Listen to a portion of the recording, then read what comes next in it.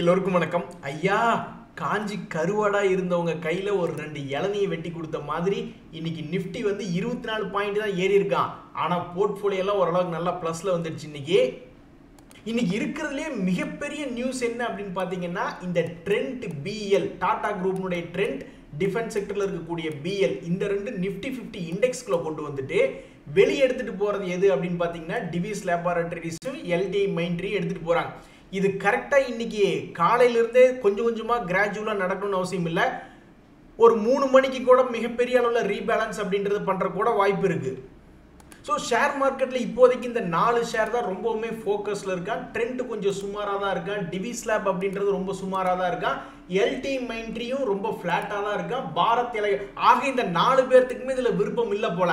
எங்களை ஏன் உள்ள கொண்டு வரீங்க, எங்களை ஏன் வெளியே எடுக்கிறீங்க அப்படின்ற மாதிரி ஷேர் மார்க்கெட் ரொம்ப ஃபிளாட்டா தான் ட்ரீட் ஆயிட்டு இருக்கு. இருந்தாலும் நீங்க அப்பல்லோ ஹாஸ்பிட்டல் உங்களுக்கு ஞாபகம் இருக்கா? இது ஒரு இடம் நிஃப்டி 50 இண்டெக்ஸ்க்குள்ள கொண்டு வந்தாங்க.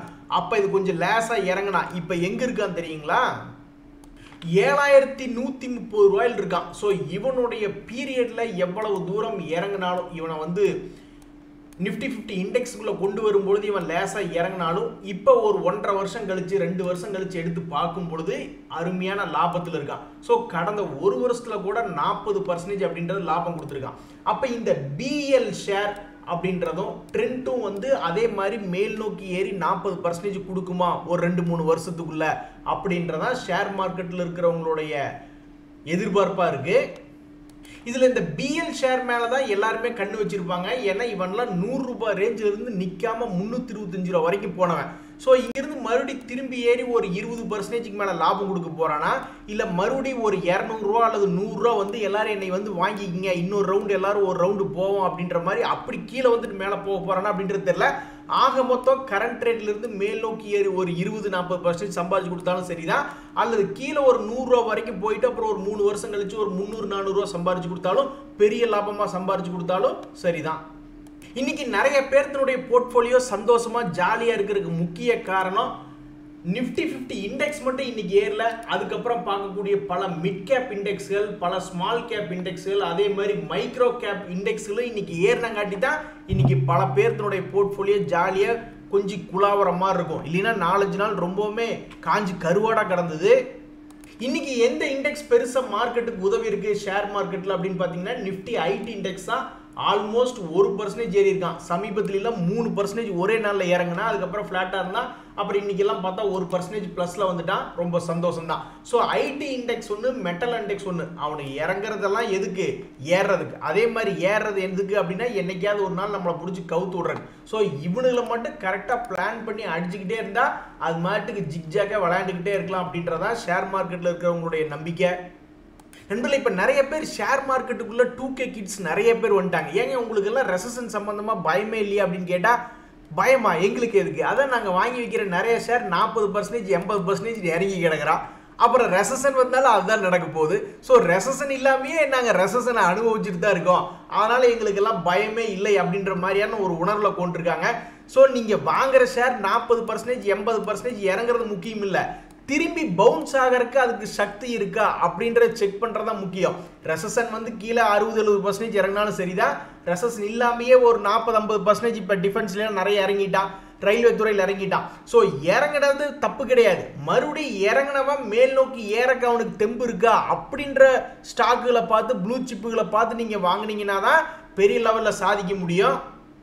நண்பர்களே, இந்த ரைட்ஸ் அப்படின்ற ஒரு ஷேர்னுடைய விலை வந்து ரொம்ப முக்கியமான கட்டத்தில் இருக்கு. அவன் இங்கிருந்து பிரேக் அவுட் ஆகி பழைய ஹையை தாண்டி மேல் நோக்கி வந்து ரயில்வே துறைக்கு மானத்தை காப்பாற்றுவானா, இல்லை பழையபடி கீழே ஒரு 300 ரூபா ரேஞ்சுக்கு போயிடுவானா அப்படின்ற ஒரு மிகப்பெரிய கேள்வி இருக்கக்கூடிய சமயத்தில் இப்போ ரைட்ஸ்ல ஒரு நியூஸ் வருது. இந்த மாதிரி அவங்க தான் இப்போ ஒரு லோயஸ்ட் பிட்ரா ஒரு டெண்டர்ல இருக்காங்க அப்படின்ட்டு. அப்போ அந்த ஆர்டர் அவங்களுக்கு தான் கிடைக்கும். அது எவ்வளவு கோடி மதிப்பு அப்படின்னு பார்த்தா ஆல்மோஸ்ட் 80 கோடிக்கு மேல இருக்கு. அப்ப இந்த பங்கு தொடர்ந்து மேல் நோக்கி ஏறி வந்துச்சுன்னா ரொம்ப சந்தோஷமா இருக்கும். 4 நாள் கழிச்சு இன்னைக்கு தான் நான் சந்தோஷமா இருக்கேன். அதனால நாளைக்கு என்ன பிரச்சனை, அடுத்த வாரத்தில் என்ன பிரச்சனை அப்படிங்கிறத அடுத்த நாள் பார்த்துக்கலாம். இன்னைக்கு இப்போதைக்கு சந்தோஷமா இருக்கும். போர்ட்ஃபோலியோ ஓரளவுக்கு நல்லா ரெக்கவரி ஆயிருக்கு அப்படின்ற மாதிரி இந்த வாரத்தினுடைய கடைசியை என்ஜாய் பண்றதுக்கு தகுந்த மாதிரி வந்திருக்கு. இந்த வாரம் சனி ஞாயிறுல நல்லா என்ஜாய் பண்ணிடணும்.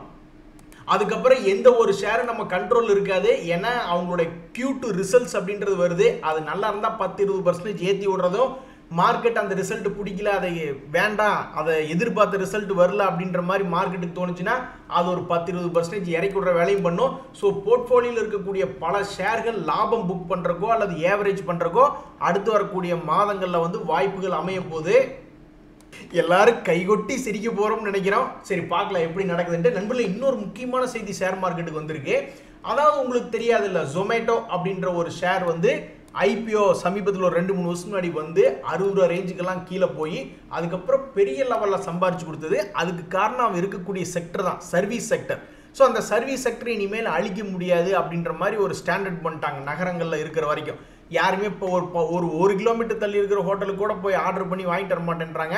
எல்லாம் ஃபோனில் ஆர்டர் போட்டு சர்வீஸ் எதிர்பார்க்குறாங்க. அப்போ இந்த ஸ்விக்கியும் அது போன்ற டெலிவரி செக்டரில் தான் இருக்குது, சர்வீஸ் செக்டரில் தான் இருக்குது. அப்போ அவங்க வந்து 3750 கோடி ஐபிஓ மூலிமா பணம் புரட்டுறதுக்காக ஃபைல் பண்ணியிருக்காங்க. ஸோ இந்த ஐபிஓ வந்து ஐபிஓலிருந்து மேலே ஏறினறக்கும் வாய்ப்பு இருக்குது. அல்லது ஏதாவது யாரும் எதிர்பார்க்காத மாதிரி கீழே கிராஷ் ஆனாலும் மறுபடியும் மேல் நோக்கி ஏறக்கு தான் பெருசாக வாய்ப்பு இருக்கும் அப்படின்றதா கடந்த காலம் சொல்லுது. அப்போ போகிற போக்க பார்த்தா ஐபிஓக்களுக்குன்னே தனியாக 1 லட்ச ரூபா எடுத்து வச்சிடணும் போல. ஒரு மாதத்துக்கு 1 லட்ச ரூபாய் டிஸ்டர்ப் பண்ணாமல் ஏதாவது எஃப்டியில் போட்டு வச்சுக்கணும். நல்ல ஐபிஓக்கள் வரும்பொழுது பல அக்கௌண்ட்டுகளில் அப்ளை பண்ணுறதுக்கு நம்மளுக்கு பணம் வேணும் அப்படின்றதுனால 1 லட்ச ரூபா இதுக்காகவே தனியாக சம்பாரிச்சு வைக்கணும் போல் ஐபிஓவில் லக்கை ட்ரை பண்ணுறதுக்கு. அதான் தெரியுது இல்லை, வீட்டம்மா கோவமாக இருக்கையில் மறுபடி ஏன் அங்கேயே போய் நின்று வாங்கி கட்டிக்கிற அப்படின்ற மாதிரி இப்போ தான் தெரியுது. ஷேர் மார்க்கெட்டில் முதல்ல mid cap and small cap வாங்கிட்டு இருந்தாங்க, அதை நல்லா ஏற்றி விட்டுட்டு இருந்தாங்க. அப்போ லார்ஜ் கேப்லாம் ஏறவே இல்லை. அப்போ அந்த சமயத்தில் முதலீட்டாளர்கள் என்ன பண்ணியிருக்கணும், மிட் கேப் அண்ட் ஸ்மால் கேப்புக்கு அதிகமாக பணம் அப்படின்றத அவங்களுடைய போர்ட்ஃபோலியோ அலோகேட் பண்ணியிருக்கணும். இப்போ வந்து எப்படி இருக்குன்னு பார்த்தோம்னா லார்ஜ் கேப்பில் அதிகமாக வாங்குறாங்க. மிட் அண்ட் ஸ்மால் கேப் கடந்த 4-5 நாளாக ஸ்லோவாக இருந்து இன்றைக்கி தான் கொஞ்சம் பிக்கப் ஆகிறான். அப்போ இவங்க என்ன பண்ணுறாங்க அப்படின்னு பார்த்தோம்னா ஷேர் மார்க்கெட்டுக்குள்ளேயே ஒவ்வொரு மார்க்கெட் கேபிட்டலைசேஷன் இருக்கக்கூடிய செக்டரை தனித்தனியாக ட்ரீட்மெண்ட் பண்ணுறாங்க. இவன் வேல்யூவேஷன் இருக்கானா, இவனை கொஞ்சம் வித்துட்டு போய் மற்றவனுங்களை வாங்கிக்கலாம். மற்றவனுக்கு வேல்யூவேஷன் இருக்கானுங்களா, அப்போ அதில் கொஞ்சம் வித்துட்டு கொண்டு போய் லார்ஜ் கேப்பில் வாங்கி வச்சுக்கலான்னு மாற்றி விளையாண்டுக்கிட்டு இருக்காங்க. முதல்ல stock wise sector wise rotate பண்ணிட்டு இருந்தாங்க. இப்போ மார்க்கெட் கேபிட்டலைசேஷன் வரைக்கும் ரொட்டேட் பண்ணிக்கிட்டு இருக்காங்க. இந்த ஜாதகக்காரனுக்கு பொண்ணு கிடைச்சிருக்கணுமே, ஏன் இன்னும் பொண்ணு கிடைக்காம சுற்றிட்டு இருக்காப்புல அப்படின்ற மாதிரி எஸ்ஜேவிஎன் அப்படின்ற ஒரு ஷேர், அவன் வந்து இதுக்கு முன்னாடி நல்ல வாழ்ந்துகிட்டே இருந்து 160 போனால் அப்புறம் 100 ரூபா ரேஞ்சில் விழுந்தாலும் மறுபடியும் 160 ரூபா போகக்கூடிய தகுதி படைத்தவனா இருக்கான். இப்போ வந்து சில மாதங்களுக்கு முன்னாடி எந்த ரேட்டில் வந்து விழுந்திருந்தானோ கரெக்டாக அதே ரேட்டில் வந்து விழுந்திருக்கான். இந்த இடத்துல ஒரு நியூஸ் அப்படின்றது சப்ளை ஆகுது. என்ன அப்படின்னு பார்த்தீங்கன்னாக்கா அந்த கம்பெனிக்கு ஆல்மோஸ்ட் 48,000 கோடி மதிப்பிலான ஆர்டர்லாம் கிடைச்சிருக்கு அப்படின்ற மாதிரி ஒரு நியூஸ் வருது.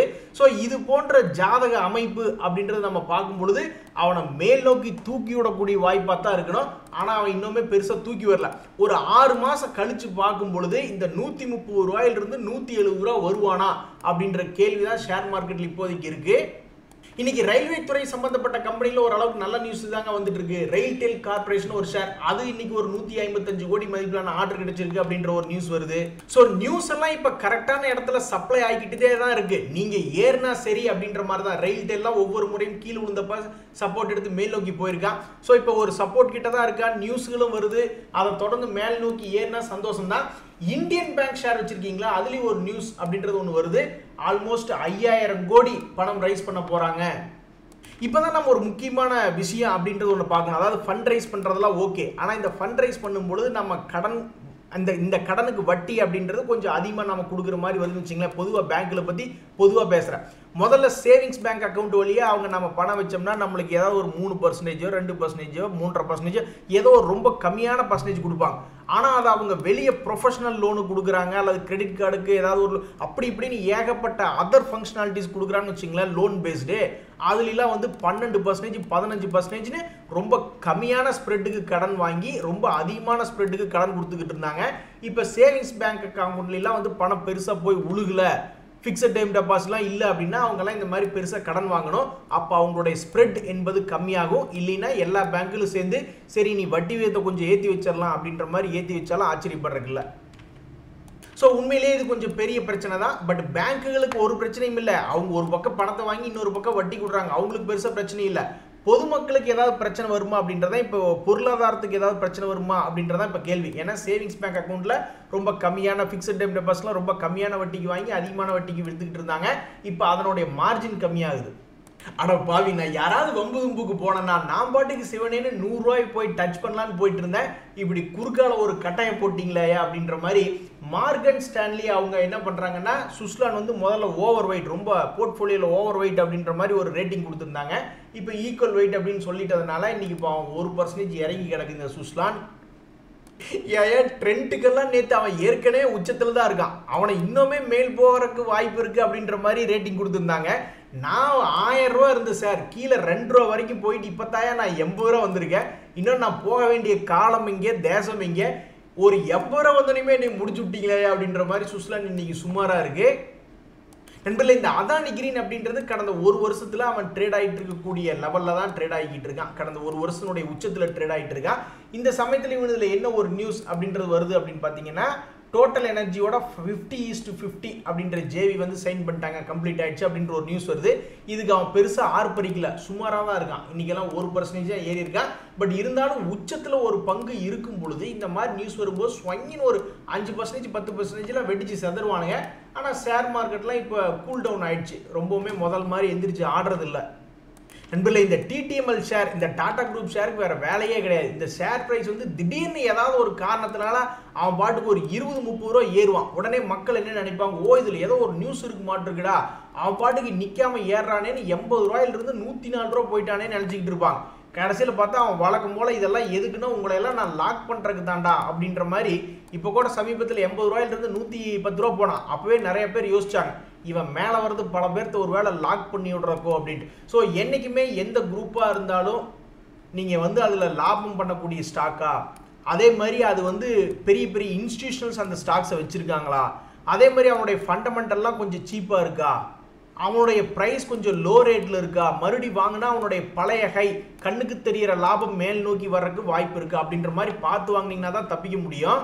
நண்பர்களே, இந்த பிரமல் என்டர்பிரைசஸ் அப்படின்ற ஷேரில் இன்னைக்கு ஒரு நியூஸ் ஒன்று வந்துச்சு. அதை பார்த்தோன்னே வாட் அ மெடிக்கல் மிராக்கிள் அப்படின்ற மாதிரி ஆயிடுச்சு. இந்த பிரமல் என்டர்பிரைசஸ்னுடைய 1 இயர் சார்ட் அப்படின்றத எடுத்து பார்க்கும்பொழுது ஆல்மோஸ்ட் 700 ரூபா 750 ரூபா போன ஷேர் இப்போ 1100 ரூபா அப்படின்ட்டான். ஸோ லாபம் செய்யக்கூடிய கம்பெனி என்னைக்கு இருந்தாலும் ஒரு நாளைக்கு மேலே ஏறும். அதாவது இந்த பிரமல் என்டர்பிரைஸ் வந்து அவங்களுடைய பிரமல் ஃபார்மா பிஸ்னஸை தனியாக பிரித்து விட்டோன்னே ஸ்வங்கின்னு கீழே இறங்கிட்டான். அதுக்கப்புறம் அப்படியே ஊஞ்சலாடிக்கிட்டு இருக்கு. ஸோ பணம் இருக்கக்கூடிய ப்ராஃபிட் பண்ணக்கூடிய பங்கு என்னைக்காவது ஒரு நாள் ஏறி வரலாம் அப்படின்றதுக்கு இந்த பிரமல் என்டர்பிரைசஸ் ஒரு உதாரணம். இந்த சமயத்தில் வந்து சில விழுந்து கிடக்கக்கூடிய சில பங்குகள் நம்ம பார்க்க போகிறோம். அதுலேயும் இந்த ஃபெட்ஃபினா அப்படின்ற ஒரு ஷேர் எடுத்து பார்த்தோம்னு வச்சுங்களேன், ரொம்பவுமே கீழே விழுந்து கிடக்கிறான். அவனுடைய இயர் லோ பக்கத்தில் ட்ரேட் ஆகிட்டு இருக்கான். பழைய ஹை 150 ரூபா வருமா என்னன்றது தெரியல, இப்போதைக்கு 120 ரூபா இருக்கான். அதே மாதிரி கனரா பேங்க் அப்படின்ற ஷேரை பார்க்கும்பொழுது மந்திரம் போடு அப்படின்ற மாதிரி இவன் வந்து கரெக்டாக சப்போர்ட் லெவலில் 100 ரூபாயிலிருந்து இப்போ 111 ரூபா வந்துட்டான். இருந்தாலும் இது பத்தாது, இன்னும் கொஞ்சம் மந்திரம் போட்டு இவனை ஒரு 125 ரூபா அவனுடைய பழைய வந்துருச்சுன்னா பல பேர்த்துக்கு சந்தோஷமா இருக்கும். ஸோ கீழிருந்து மேல் நோக்கி ஏற வாய்ப்புள்ள ஷேர்கள் அல்லது கீழேயே கிடக்கக்கூடிய ஷேர்கள் அப்படின்னு பார்க்கும்பொழுது இந்த ஃபெட்ஃபினா கனரா பேங்க் அப்படின்றது இருக்கு. அது மட்டும் இல்லாமல் இந்த doctor Reddy share, sonata share சமீபத்தில் கொஞ்சம் பில்டப் ஆகி மேல் நோக்கி போகிற மாதிரி காமிச்சிக்கிட்டு இருந்தானே. ஆனால் மறுபடியும் இப்போ இந்த சொனாட்டா சாஃப்ட்வேர் அப்படின்றது கொஞ்சம் பில்டப் ஆகி மேலே போனவன் மறுபடியும் அதே இடத்துல வந்து விழுந்திருக்கான்.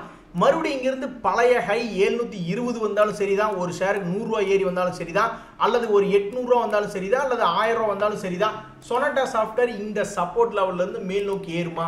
அதே மாதிரி டாக்டர் ரெட்டி இப்போ தான் கொஞ்சம் பிக்கப் ஆன 6500லேருந்து ஒரு 200 ரூபா ஏறி இருக்கான். இது பத்தாது, இன்னொரு 300 ரூபாயிலிருந்து 600 ரூபா வரைக்கும் ஏறி பழைய ஹை 7000 தாண்டணும் அப்படின்றதா பல பேர்த்தினுடைய கோரிக்கை. ஈக்விட்டா ஸ்மால் ஃபைனான்ஸ் பேங்க் ஷேருமே இப்போ அவன் கீழே அடிபட்டு கிடக்குது. பொதுவாக இந்த மாதிரி ட்ரிபிள் பாட்டம் அப்படின்றவருக்கு ரொம்ப டேஞ்சரான ஆள். ஏன்னா பிரேக் டவுன் ஆகி கீழே போக போறானா இல்லை மறுபடியும் சப்போர்ட் எடுத்து மேல் நோக்கி வரப்போறானா அப்படின்றத பொறுத்து இருந்தால் பார்க்கணும். இன்றைய தகவல் அனைத்து உங்களுக்கு உதவியாக இருந்ததுன்னு எனக்கு சந்தோஷம். ரொம்ப நன்றி, வணக்கம்.